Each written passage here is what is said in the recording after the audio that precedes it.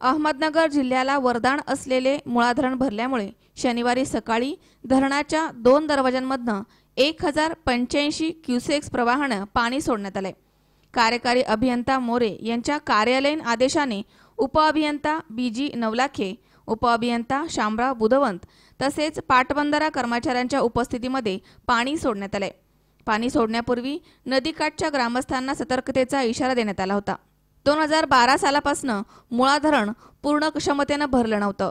दुष्काळाने ग्रासलेला शेतकरी वर्ग हा त्रस्त झाला होता। त्यात समन्यायी पाणी वाटप कायद्यामुळे मराठवाड्याला पाणी देणं भाग होतं।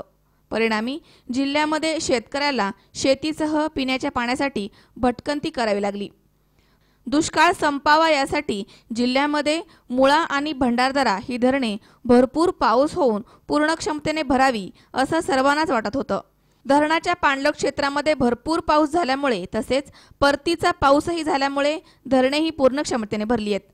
खरीपाची पिकं जगवण्यासाठी मुळा धरणाच्या डाव्या आणि उजव्या कालव्यातनं डाव्या आणि उजव्या कालव्यातनं पाणी सोडण्याचा निर्णय घेण्यात आला। गणेश विसर्जनाच्या कालावधीमध्ये सलग 3 दिवस पाऊस बरसल्यामुळे जळणारी पिकं ही वाचली आहेत।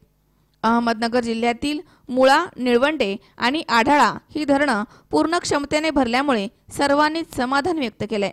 सतीश फुलसौंदार सह मनोज साळवे, सी 24 तास, राहुरी।